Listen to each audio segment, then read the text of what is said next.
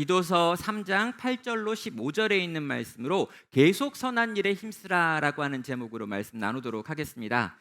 내일이 성탄절이고 오늘이 성탄절 2부다 보니까요. 요 주일날 설교를 성탄절 설교를 해야 되나라고 하는 고민을 조금 했습니다. 그런데 내일도 성탄절 설교를 할 거니까 이어가지고 내일은 성탄절 설교를 하고 오늘은 우리가 디도서를 계속해서 살펴왔기 때문에 그 디도서의 마지막 장에 대하여 한번 설교를 해야겠다라고 생각을 했습니다. 그럼 교회를 부탁해라고 하는 제목으로 이 디도서라고 하는 이 짧은 책을 우리가 같이 살펴보고 있고요. 오늘은 7번째 시간이고 마지막 시간이기도 합니다. 자, 저는요, 이 바울이 그레데라고 하는 지역에서 사역하고 있는 디도라고 하는 이 젊은 사역자에게 보내는 편지가 오늘날 이 시대 교회가 반드시 읽어야 되는 편지구나라고 하는 걸 이 설교를 하는 중에 더 많이 알게 되었던 것 같습니다. 짧은 편지이지만 교회의 핵심이 무엇인가에 대해서 아주 잘 설명하고 있고요. 교회가 어디 위에 세워져야 되는지 그리고 어떤 모습으로 드러나야 되는지에 대해서 이 책은 굉장히 잘 이야기하고 있습니다. 교회는 어디 위에 세워져야 되는가라고 물었을 때요. 바른 교훈 위에 세워져야 된다라고 말하고 있고요. 교회는 어떻게 드러나야 합니까? 라고 하는 질문에 대해서는 선한 일을 통해서 사람들 속에서 세상 속에서 드러나야 합니다 라고 말하고 있습니다. 이것이 건강한 교회의 핵심이고요. 나눔교회가 건강한 교회이기 원한다면 반드시 붙잡아야 될 핵심이 되는 것입니다. 자, 여러분, 나눔교회가요, 이 말씀을 계속해서 나누고 듣다 보니까요, 이 교회 공동체 안에 있는 이 작은 교회라고 하는 소그룹에서 이 들었던 디도서의 말씀을 이렇게 나누는 삶을 통해서 이것들에 대하여 들은 말씀을 적용해 보는 이 소그룹에서 이 이야기를 많이 하셨던 것 같습니다. 지난주에 제가 어떤 교육자랑 좀 대화를 하는데요. 그 교육자가 지금 내가 돌보고 있는 이 작은 교회 안에서 이 디도서의 말씀 때문에 굉장히 어려워하고 힘들어하는 사람이 많다라고 하는 이야기를 하는 것을 들었습니다. 세상에서 선한 일을 하면서 사는 것이 너무 어렵습니다. 그래서 나는 못할 것 같습니다 라고 하는 말을 하더라는 거죠. 정말 그 낙심한 마음들에 대하여 나누면서 정말 세상 속에서 어떻게 우리가 선한 일을 합니까? 다른 사람들과의 관계 속에서 선한 일을 하는 게 너무 힘들어요 라고 하는 말을 했다라고 하는 걸 들으면서 제가 설교를 정말 잘하고 있구나라고 하는 생각을 했습니다. 왜냐하면 정말로 세상 속에서 하나님의 백성다운 정말 예수 그리스도를 닮은 사람으로 살아가는 건 쉽지 않기 때문입니다. 여러분, 교회 안에서 성도로 사는 건 어쩌면 쉬운 일일 수 있어요.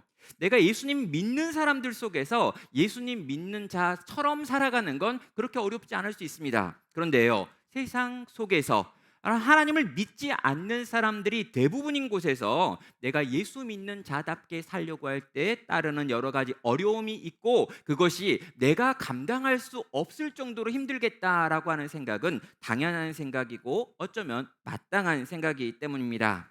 저는요, 이 디도서 설교를 들으면서 나는 할 수 있겠다, 그 정도야 뭐 내가 할 수 있는 거지 라고 생각하시는 분이 있다면 제가 설교를 잘못했거나 그분이 설교를 잘 듣지 않았기 때문이다 라는 생각을 했던 것이죠. 왜입니까? 정말로 세상 속에서 그리스도인으로 사는 건 어려운 일이기 때문입니다. 자, 그런데요, 그럼에도 불구하고 우리가 낙심하고 낙담하고 절망하지 않을 수 있는 이유가 있습니다. 무엇입니까? 이 일이 옳은 일이기 때문입니다. 이것이 선한 일이기 때문이고요. 하나님이 기뻐하시는 일이고요. 또 하나님께서 우리에게 원하시는 일이 바로 이것이기 때문인 거죠. 자, 여러분, 우리가 하나님이 기뻐하시는 일을 할 때요, 우리 속에서 일어나는 놀라운 기적이 있습니다. 무엇입니까? 하나님의 은혜가 하나님의 뜻대로 살려고 하는 자에게 임하는 것입니다.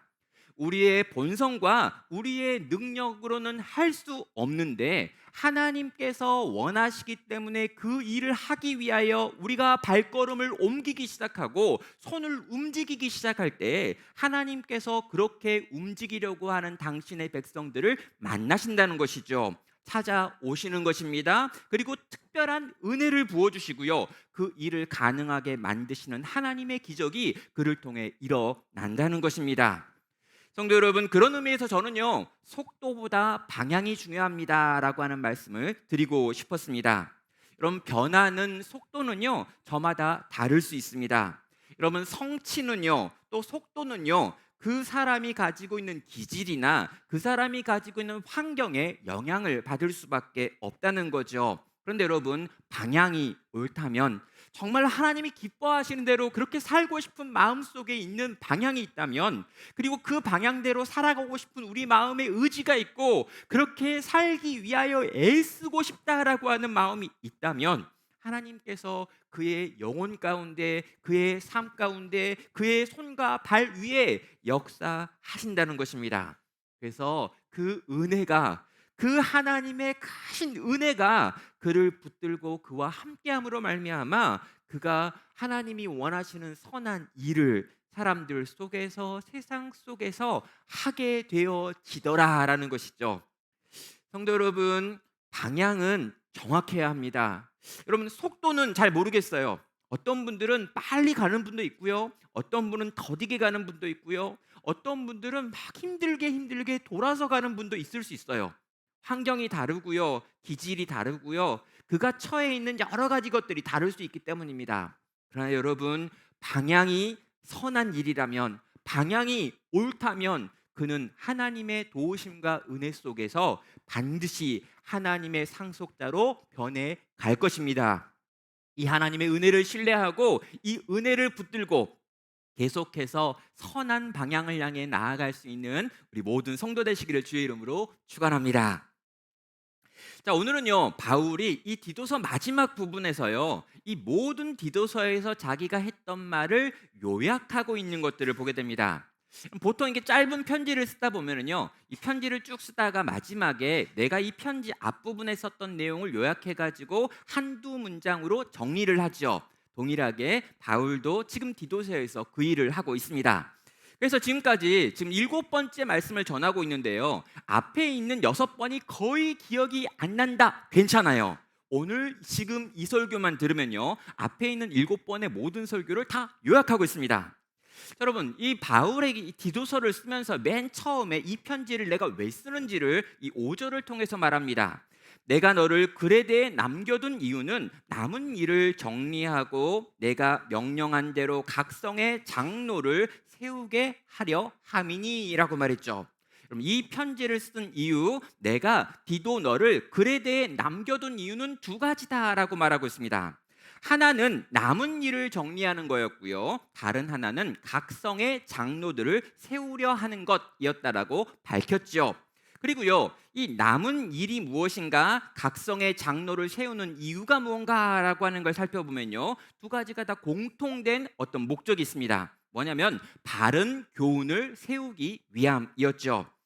여러분, 이 바른 교훈이 무엇이었냐면요, 이 성경에 나와 있는, 그 당시엔 성경이 완성된 상태가 아니니까요, 지금 바울이 증거하고 사도들이 증거하고 예수님이 가르쳐 줬던 것들을 모아놓은 것들이 있는데, 이것이 바른 교훈입니다. 그런데 이 바른 교훈을 가지고 그레데 지역에 와가지고 복음을 전해서 거기에 교회가 세워졌는데, 잘못된 교훈을 가르치는 거짓 교사들이 들어와가지고 이걸 지금 흔들고 있더라는 거죠. 그래서 이 거짓 교사들을 막아낼 수 있는 장로들을 세워야 된다, 교회의 리더를 세워야 한다라고 이야기하는 거고요, 이 교회의 리더들을 세워가지고 바른 교훈을 전파하고 바른 교훈으로 거짓 교훈과 싸우는 일을 하려고 디도 너를 거기 남겨두었다라고 밝히고 있는 것입니다. 그러면서요, 이 거짓 교훈과 그 거짓 교훈을 가르치고 있는 교사들의 특징을 한마디로 요약하는데요, 그들은 입으로는 하나님을 시인하지만 삶으로는 부인하는 자들이다라고 하는 말로 하면서 그들의 말과 삶이 일치하지 않는다라고 하는 것을 이야기했습니다. 하나님을 입으로는 고백합니다. 말로는 진짜 좋은 신자 같고 말로는 정말 엄청난 말들을 쏟아놓고 있습니다. 그런데 하나님의 뜻대로는 살지 않고 하나님의 뜻대로 살지 않아도 괜찮다라고 말하는 사람들이 바로 여기에 있는 거짓 교사들이었던 거죠. 겉으로 보기에는 정말 신실해 보이지만 삶이 그렇지 않은 자들을 보면서 그들을 교회 안에서 배제하고 그런 이들이 교회 안에서 말하지 못하도록 하는 것, 이게 너무너무 중요하다라고 하는 걸 가르쳐 주었습니다. 사랑하는 성도 여러분, 성도는 바른 교훈을 붙드는 사람들이어야 합니다. 하나님의 말씀을 바르게 전하고 전한 말씀을 믿음으로 받고요. 그렇게 받은 말씀 때문에 기뻐하고 즐거워하고 좋아하고 내가 이러저러한 것들을 깨달았다라고 말하는 것을 넘어서 그 말씀을 내 삶을 통해서 살아내는 것, 내가 있는 가정 안에서 살아내는 것, 내가 속해 있는 사람들의 무리 속에서, 직장 안에서, 또 내가 있는 학교 안에서 그것들을 그렇게 살아내는 사람까지 되어야 한다라고 말하고 있다는 거죠. 이것이 바른 방향이었습니다. 그리고 이 바른 방향에 너희가 설 때 너무너무 힘들고 어려울 거다라고 하는 이야기를 하셨어요. 그런 다음에 그렇게 너희가 바른 방향에 서서 그 길을 가려고 할 때 하나님의 크신 은혜가, 그의 그 놀라운 은혜가, 너희를 사망에서 생명으로 건져내었던 그 엄청난 은혜가 그 바른 방향을 위해 살아가려고 하는 너에게 또다시 임해서 너로 하여금 그 길을 걸어가게 만들 것이다 라고 하는 말을 지금 계속해서 들려주었던 것입니다. 자, 그렇게 이야기한 다음에요, 이제 마지막에 우리가 읽었던 8절부터 11절까지 이 짧은 내용을 통해서 세 가지로 앞에서 정리했던 내용들에 대하여 지금 요약하고 있습니다. 첫 번째로는요, 너는 강하게 말해야 한다라고 하는 동사가 나오고 있지요. 두 번째는요, 피하라라고 말하고 있고요. 세 번째는 멀리해야 한다라고 말하면서 이 세 가지 동사를 가지고 마지막에 요약을 합니다. 첫 번째로요, 강하게 말해야 되는 것, 이건 무엇이었을까요? 8절은 이렇게 말합니다. 이 말이 밉부도다. 원하건대 너는 이 여러 것에 대하여 굳세게 말하라. 이는 하나님을 믿는 자들로 하여금 조심하여 선한 일을 힘쓰게 하려 함이라. 이것이 아름다우며 사람들에게 유익하니라 라고 말합니다. 자, 바울은 먼저 디도에게 너는 굳세게 말해야 한다라고 지금 명령합니다. 그리고 그 내용이 무엇이었냐라고 했더니 이 말, 이 믿을 만한 말, 이 믿분 말에 대하여 너는 강하게 말해야 한다라고 도전을 하는 거죠. 자, 믿부다라고 하는 표현이 나오는데요, 이 믿부다는 믿을만하다라고 하는 뜻을 가지고 있습니다. 지난주에 우리가 살펴보았던 이 4절부터 7절까지 나와 있는 하나님께서 하나님의 은혜로 우리를 죄에서 생명으로 옮기셨다라고 하는 이 구원의 내용이 바로 이 믿을 만한 믿분 말씀이라는 거죠. 그리고 이 믿을 만한 이 말씀, 이 구원과 은혜에 대하여 너는 앞으로 더 세게, 더 강하게 외쳐라라고 지금 명령하는 것입니다. 사랑하는 성도 여러분, 우리가 성도다운 삶을 살기 전에 먼저 들어야 될 하나님의 말씀이 있다라는 거죠. 이 믿분 말씀, 이 구원에 대한 말씀, 이 하나님이 먼저 우리에게 베푸신 은혜에 대한 말씀을 더 많이, 더 풍성하게, 더 강하게 우리는 들어야 한다라고 지금 말하고 있는 것입니다. 우리는 종종 이런 생각을 합니다. 우리가 구원받은 이야기, 예수님이 나를 위해 십자가에 달려 죽은 이야기, 예수님이 나를 위하여 이 성탄이라고 하는 때 이 땅에 내려와 인간이 되셨다라고 하는 이야기는 우리가 초등학교 때, 유치부 때 다 배웠던 내용이고 새가족반에서 다 배웠던 내용이다라고 생각하는 거죠. 그래서 교회 안에서 의외로 복음을 들을 기회가 별로 없습니다. 그러니까 여러분, 교회에서요 설교를 듣고요, 교회에서 여러 가지 성경 공부를 하는데 성도들 대부분이 내가 복음을 들을 거다라고 생각하잖아요. 예수님이 십자가에 달려 죽은 건 옛날 꽃날에 다 들은 아주 초보 중에 초보지, 내가 새거자위야, 나 교회 다닌 지 30년 차야, 50년 차야, 이렇게 하면서 복음을 다시 들을 생각을 하지 않는 거예요. 그래서 성도들 대부분이 그렇게 생각하고요, 목사님들도 마찬가지입니다. 그래서 복음을 거의 설교하지 않아요.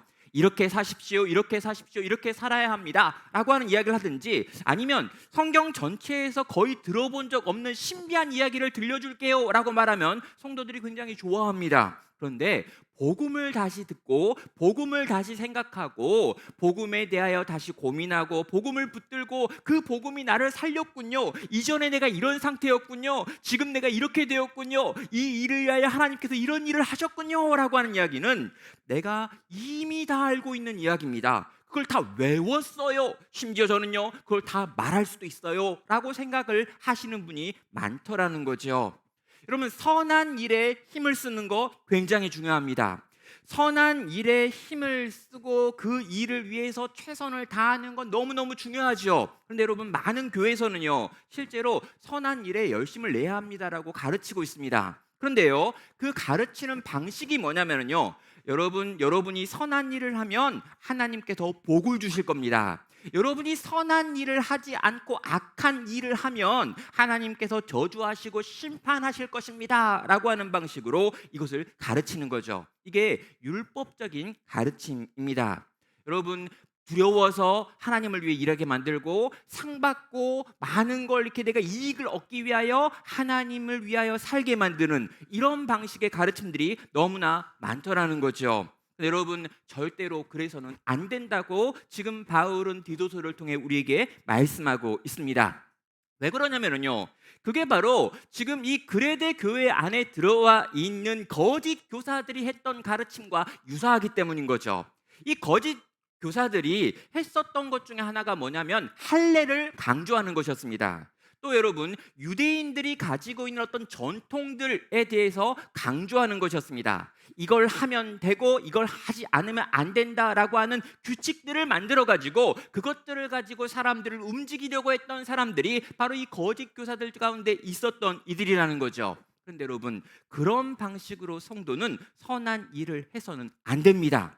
여러분, 성도가 하나님이 기뻐하시는 선한 일을 해야 되는 동기는 여기 있어요. 뭡니까? 하나님이 먼저 우리를 위하여 선한 일을 하셨기 때문입니다. 우리를 위하여 주님이 먼저 죽으셨기 때문인 거죠. 우리를 위하여 하나님이 엄청난 손해를 당하셨기 때문입니다. 이게 복음이란 말이에요. 이 놀라운 일이 우리 가운데 이미 일어났기 때문에 이 일을 알고 이 일을 경험하고 이 일을 생각하는 사람들은 이 주님이 주신 큰 은혜에 반응해서 이 은혜 때문에 주님을 위해 살고 싶은 마음도 갖는 것이죠. 그래서요, 바울은 예배소에 있는 성도들을 바라보면서 그를 위해서 한 가지로 기도하는데 이렇게 기도하고 있습니다.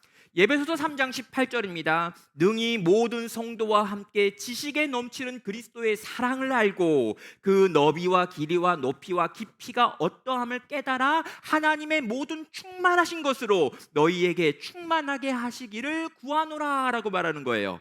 지금 바울이 하나님께 기도하는데 뭘 기도하는 거냐면, 하나님, 제발 이 성도들이 정말 지식에 넘치는 그리스도의 사랑의 그 너비와 길이와 높이와 깊이가 어떠한 줄을 깨달아 알게 해주세요. 그것만 알면 그들은 충만해질 겁니다. 그리고 그들은 충만해져서 그 넘치는 것으로 주를 위해 살 것입니다 라고 그는 생각했기 때문입니다.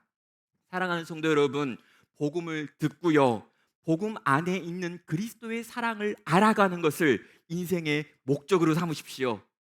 그 사랑이 우와 이렇게 크다니, 그 사랑이 이렇게 넓다니, 그 사랑이 이렇게 길다니, 이 사랑이 이렇게 높다니, 이 사랑이 이렇게 깊다니, 오 주님, 내 평생을 통하여 이 주님이 우리를 위해 행하신 사랑의 그 아름다우신 것들을 깨달아가는 것, 그리고 여러분, 그것을 깨달으면 깨달을수록, 경험하면 경험할수록, 누리면 누릴수록 그 안에 있는 거대한 은혜가 내 속에서 흘러 넘치는 것을 경험하게 될 것입니다. 여러분, 그 은혜가 우리를 살게 하는 것입니다. 그 은혜가 우리의 죄성을 이겨서 선한 일을 위하여 움직이게 만드는 것입니다. 그래서 여러분, 바울은 디도에게 가장 먼저 너는 이 미쁜 하나님의 말씀, 이 복음에 관하여 굳세게 외쳐야 한다라고 말하고 있는 것이죠. 사랑하는 성도 여러분, 이 복음을 계속해서 전하는 목사가 되겠습니다. 사랑하는 여러분, 이 전해지는 복음 앞에 복음을 들을 때마다 감격하시는 여러분 되시길 바랍니다. 이 복음이 들릴 때마다 행복하시길 바랍니다. 이 복음에 넘치는 은혜를 체험하고 누릴 수 있는 나눔교회 모든 성도 되시기를 주님의 이름으로 축원합니다. 두 번째로 디도에게 주어지는 사명은요, 피하라라고 하는 명령 가운데 있습니다. 뭘 피하라는 걸까요? 어디서 멀리 하라라고 하는 걸까요? 먼저 누구에게서부터 피해야 되는지 구절은 말하고 있습니다. 자, 그러나 어리석은 변론과 족보 이야기와 분쟁과 율법에 대한 다툼은 피하라라고 말합니다. 왜? 이것들은 무익한 것이고 헛된 것이기 때문입니다라고 말하는 거죠.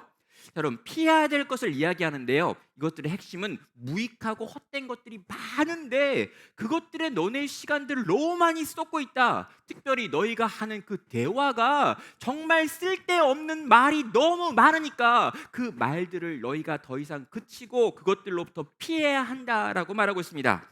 여기 보면은요, 어리석은 변론이라고 하는 말이 나오고요, 족보 이야기라고 하는 게 나오고요, 분쟁과 율법에 대한 다툼이라고 하는 표현들이 나오고 있습니다. 이것들의 공통점은 무익하다는 것이고요, 다 헛된 것이다라는 거죠.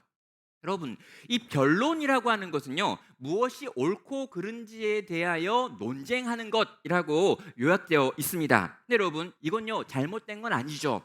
그럼 뭐가 옳은지 뭐가 틀린지, 성경을 가지고 성경의 말씀의 뜻이 어떤 것인지, 바른 해석이 어떤 것인지 우리는 대화하고 또 여러 가지 회의도 할 수 있습니다. 무엇이 하나님이 기뻐하시는 선하신 뜻일까? 우리가 모여가지고 회의를 한다는 거죠. 우리가 지금 재직회 같은 것도 하고요, 공동회의 같은 것도 하는 이유가 바로 그런 것들입니다. 바른 것, 좋은 것, 의로운 것, 성실하게 우리가 잘 감당하기 위해서 이런 종류의 변론이 필요합니다. 그런데 지금 바울이 하지 말라고 하는 건 뭐냐면 어리석은 변론을 피하라라고 하는 거죠. 여러분, 이 어리석은 변론은 뭘까요? 여러분, 고대 그리스 철학 중에요, 이 소피스트라고 하는 사람들이 있었습니다. 여러분, 그레델은요, 헬라의 영향력을 아주 많이 받았기 때문에 그들 가운데도 소피스트라고 하는 사람들이 있죠. 그럼 이 소피스트라고 하는 사람들은요, 스스로 자기들을 지혜로운 사람들이라고 부르는 사람들이었습니다. 그런데요, 이 같은 시대를 살았던 이 플라톤이나 아리스토텔레스 같은 철학자들은요, 이 소피스트를 다르게 불렀어요. 뭐라고 불렀냐면 궤변론자라고 불렀습니다.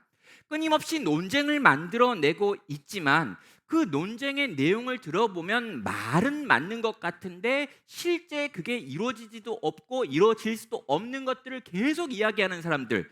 여러분, 그러니까 이렇게 이야기하면 끝나는데요, 이렇게 짧게 이야기하면 끝나는 말을 엄청 길게 막 하는 거예요. 막 아름다운 수식어들을 막 붙여가지고 너무너무 놀라운 말들인 것처럼 만드는 사람들, 이런 사람들이 소피스트라고 하는 사람들이었습니다. 그럼 이 소피스트 중에요, 아주 유명한 사람이 제논이라고 하는 사람이 있습니다. 이 제논이요, 이렇게 말했습니다. 여러분, 활을 쏘는 사수가 쏜 화살이 100m 앞에 있는 관역에 결코 도달할 수 없다라고 하는 문장을 만들었어요. 이게 무슨 말일까요? 자, 이유는 설명을 이렇게 해요. 자, 화살을 쏘면 화살이 어느 순간인가 이 중간 지점인 50m를 통과할 것이다. 맞죠?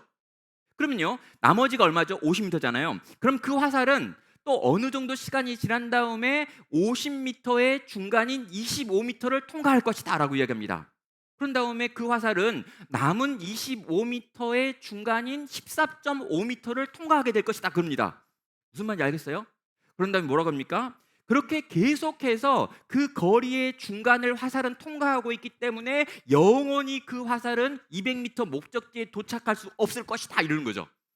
무슨 말입니까? 이렇게 말했는데 사람들이 듣다 보니까 그런가? 오, 진짜네? 50m 중간 계속 중간 영원히 도달할 수 없다 이런 거죠. 이렇게 무슨 말인지 모르시겠죠? 아무튼 제가 이제 철학과를 나오다 보니까 막 그런 걸 가지고 1시간 동안 막 이야기하는데 왜 이걸 이야기하는지 굉장히 알 수가 없었습니다. 제가 하고 싶은 말은 뭐냐면요, 제논이 그 말을 할 때 제논을 딱 잡아다가 이 관역 앞에 딱 세워놓고 네 말이 안 맞는지 맞는지 한번 확인해 보자, 내가 화를 쏴볼게, 그러면요 제논은 절대로 그 관역 앞에 서지 않을 거라는 거예요.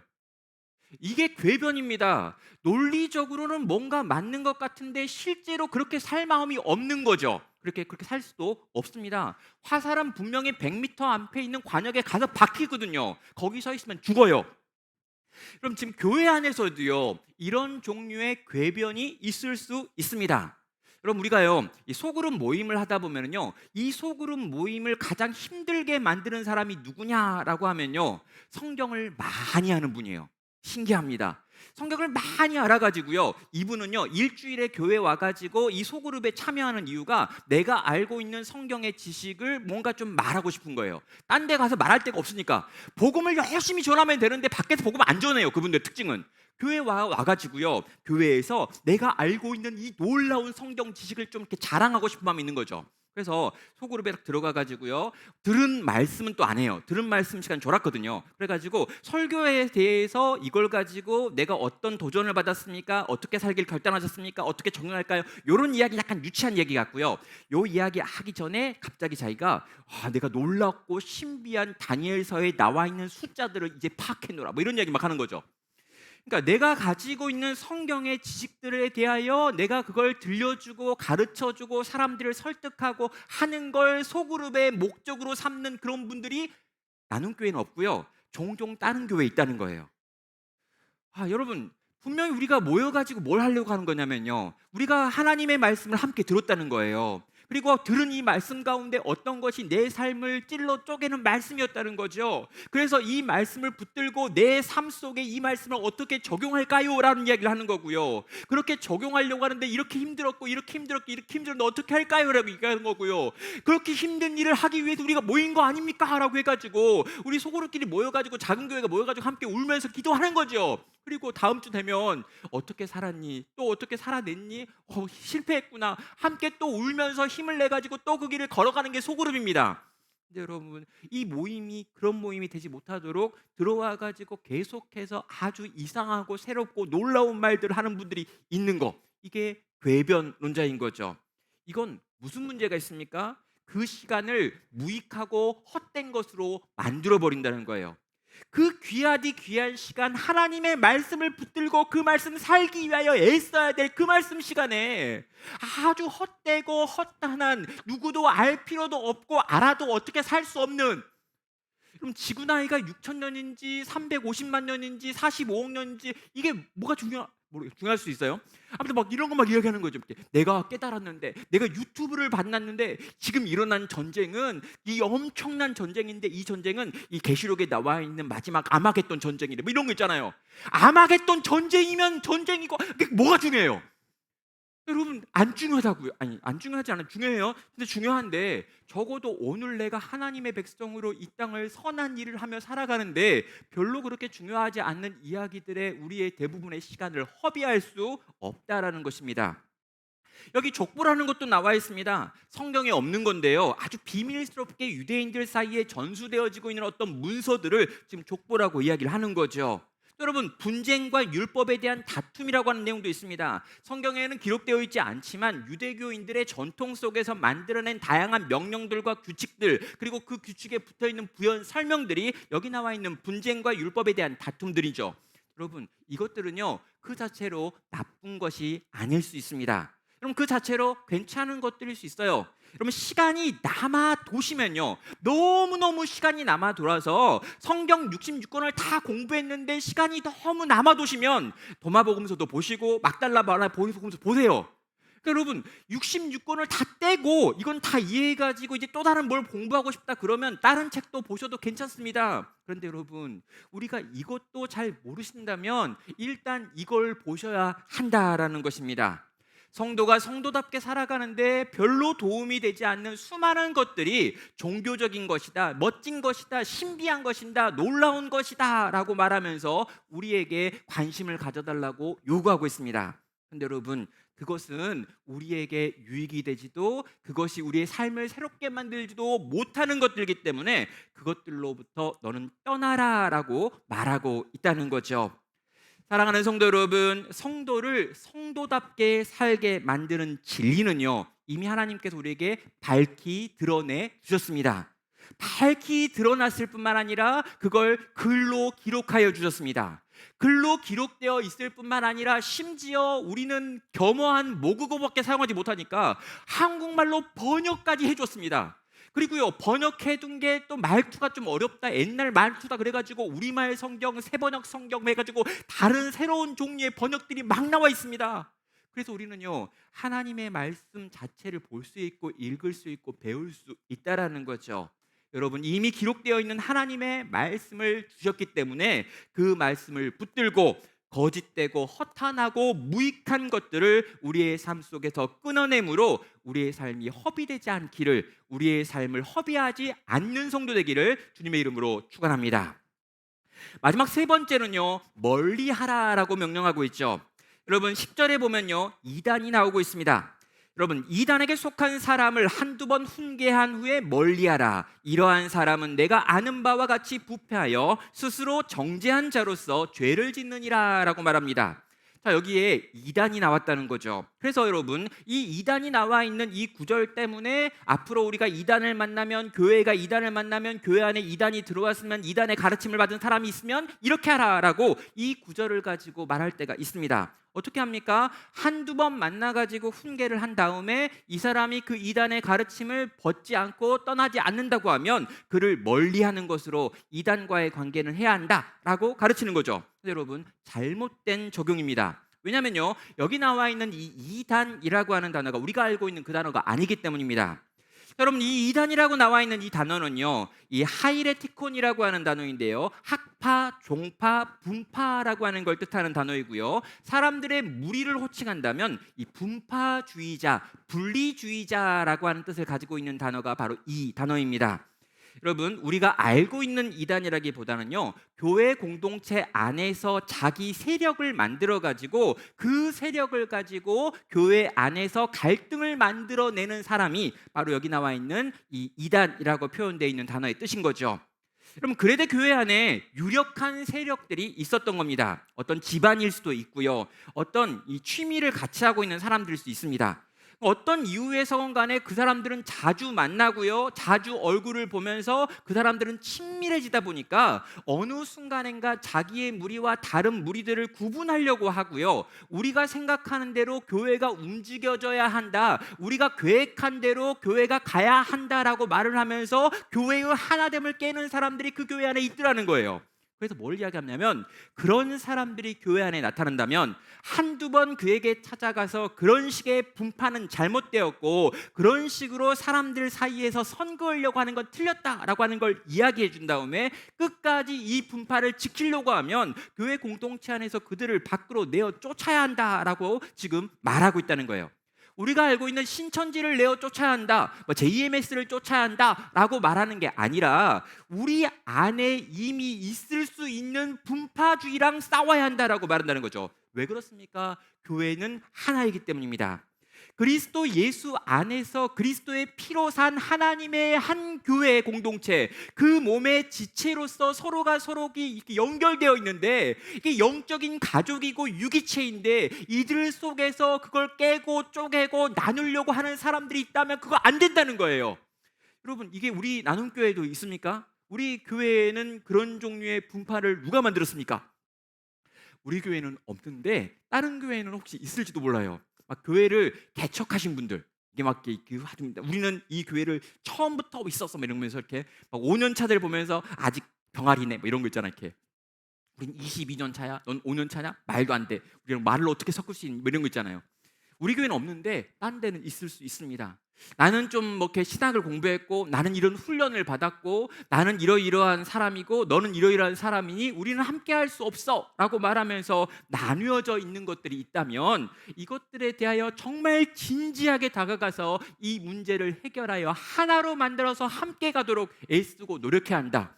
그리고 아무리 네가 말해도 그 말 듣지 않으면 그들과 함께 가는 것이 공동체에게 유익처럼 보인다 할지라도 그를 끊어내는 방식으로 그 공동체의 하나님을 지켜내는 것, 이게 영적인 리더인 네가 해야 될 일이야 라고 말하고 있는 것입니다.